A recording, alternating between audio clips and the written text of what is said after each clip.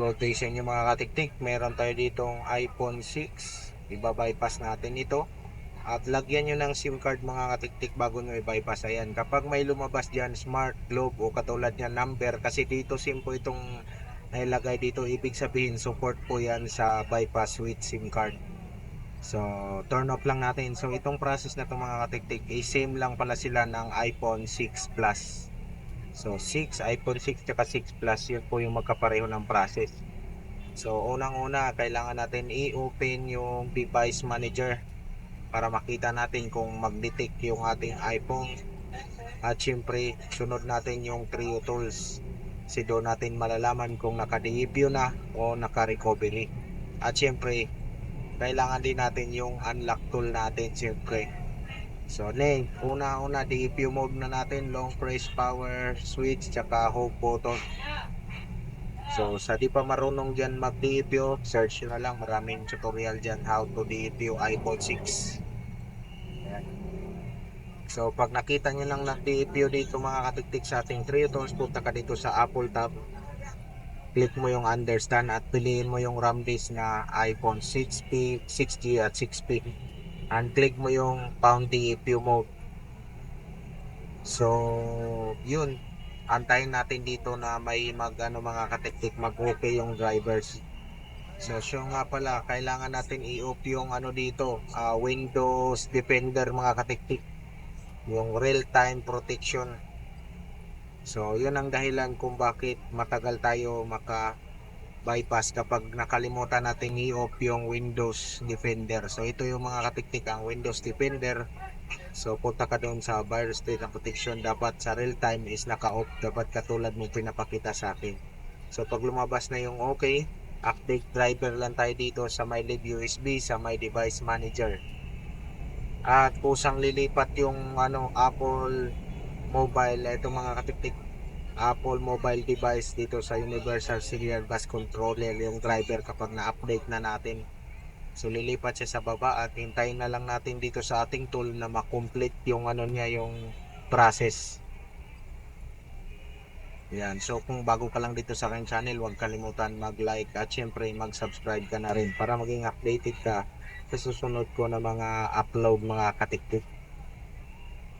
So yan, ito lang yung sundan. So kung di nyo pa alam kung paano pala maglagay ng yung selection dito sa RAM disk, yung pinipili natin na 6G and 6 Plus, meron tayong tutorial dyan, nasa description yung link, pabisita na lang kung hindi mo pa nalagyan ng RAM disk ang iyong unlock tool. So sa mga bago pa lang users dyan, hindi pa alam kung paano ilagay, so sundan nyo lang ang guide mga katiktik at malagyan nyo rin yung unlock tool para magamit nyo sa pag-bypass ng iPhone 6 at iPhone 6 Plus.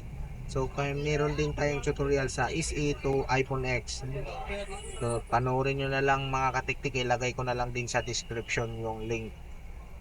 So yun, nag-okay na po. So pagkatapos nyan mag-okay, select natin, click natin yung boot RAM disk. Dapat long press natin tong home button, wag bibitawan hanggang sa mag recovery mode dito sa ating Trio Tools. Pag nag-recovery mode na sa Trio Tools mga katiktik, saka mo ngayon bitawan yung home button mga katiktik. Yan, nag-recovery mode, saka mo ngayon bitawan. At pagkatapos niyan, ito yung kaibahan niya mga katiktik sa SE hanggang X. Ang di na tayo dito gagamit ng fixed mount, hindi na natin i-click yung fixed mount. Pagkatapos niyang booting RAM disk, pag walang error, diretso na natin i-click yung backup passcode dito.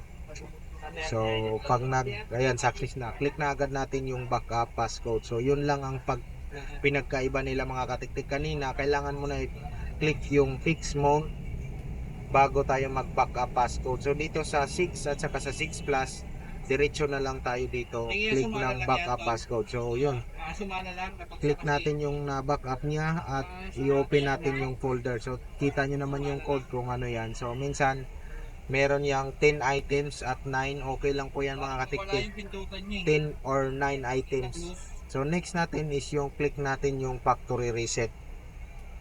So pagka-click mo dyan sa factory reset mga katiktik, antayin mo na lang yung cellphone yun na mag-open ulit at mag-hello.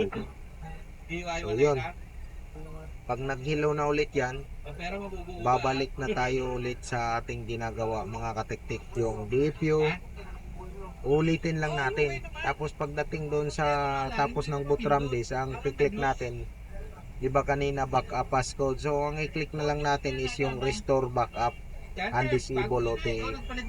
At pagkatapos noon, okay na yung cellphone mga katiktik, may signal pa rin. So ganyan lang ang pag-bypass. So itong video na to mga katiktik is hindi ko rin to pina-fast forward. Talagang normal lang to. So kapag nag-error mga katiktik, hindi nyo ma-back up yung passcode. Pag click nyo hindi na back up, ibig sabihin maaaring mababa yung iOS version or mataas. So madalas mga katiktik, kailangan natin i-update bago i-bypass kapag hindi natin ma-back up yung passcode, may error siya kumbaga. So kailangan nyo i-update. So paano nyo i-update? Punta lang kayo sa Trio Tools, i-recovery mode nyo yung iPhone 6 nyo at piliin nyo yung retain data. Huwag yung quick flash mode, kasi pag ikini-quick flash mode mo, mawawala na yung signal nyan. Dapat retain lang para pag nag-success mag-update, may signal pa rin ang ating binabypass na iPhone mga katiktik. So yun,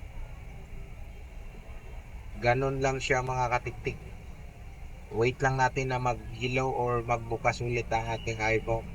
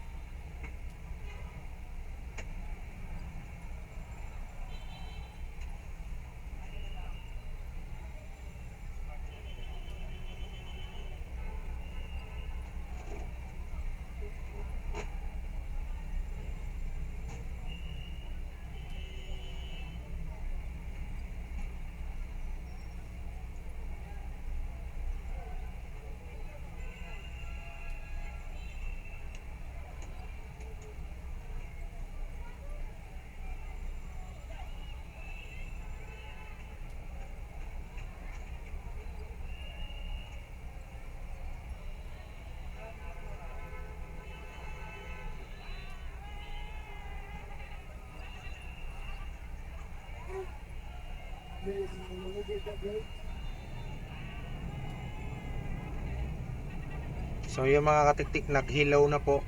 Pag ganyan nag-hello na, long press ulit natin, DPU mode ulit natin. Yan, pag nag-DPU mode, so nag-open ulit DPU mode natin. Kailangan natin makita dito sa Trio Tools na DPU mode. Pag nag-DPU mode, click ulit natin yung pound DPU dito sa ating unlock tool, and then piliin yung Gaster. Click Gaster. Yan, so bitawan niya na agad pag nag-DPU mode na. So yun. So again na, pag nag-bypass kayo mga katiktik, dapat naka-off yung Windows Defender nyo para di kayo magkaroon ng problema. So antayin natin na mag-okay dito bago natin i-update yung nasa device manager. So yun, nakita nyo may okay na sa DPU Gaster 64, okay. So dito right click natin, update driver, browse feature, let me pick next, and then close na agad. Lilipat yan sa baba. Yan, so yun o, lumipat na sa baba, naka-highlights Apple device, Apple mobile device. Yan, sa doon sa under Universal Serial Bus Controller. So antayin lang natin mga katiktik na mag-finish siya o matapos mag-install yung driver.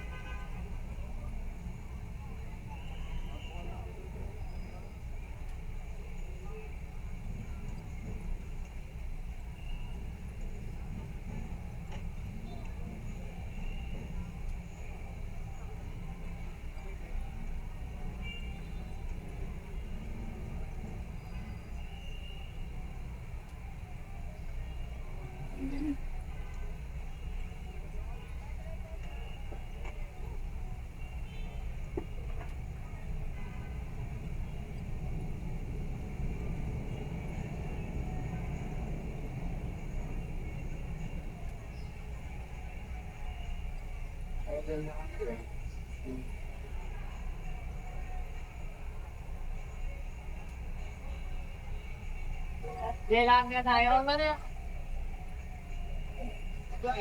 May bariya kami.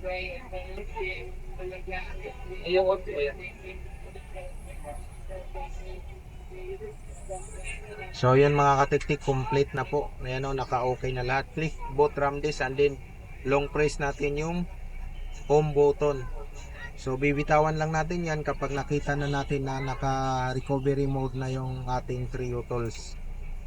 So hanggat wala tayong recovery mode na nakikita dito sa Trio Tools, huwag nating bitawan. So yun, naka-recovery mode na, kaya binitawan na natin.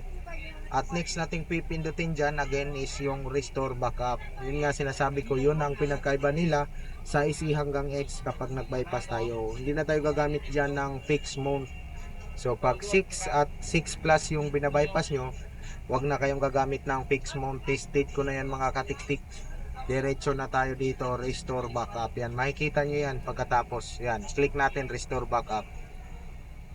At yun, hintayin na lang natin to mga katiktik na makomplete yung process sa ating unlock tool at kusa na po yung magbubukas. Yan, complete process na tayo sa ating unlock tool at kusa po yung magbubukas ang ating iPhone. So kung may makikita ka na naglo-loading yung mga apps mga katiktik, i-connect mo lang yan sa wifi at yun, kusa na po yung magda-download or mag-update yung apps na nandyan. Maglo-loading na po yung mga katiktik.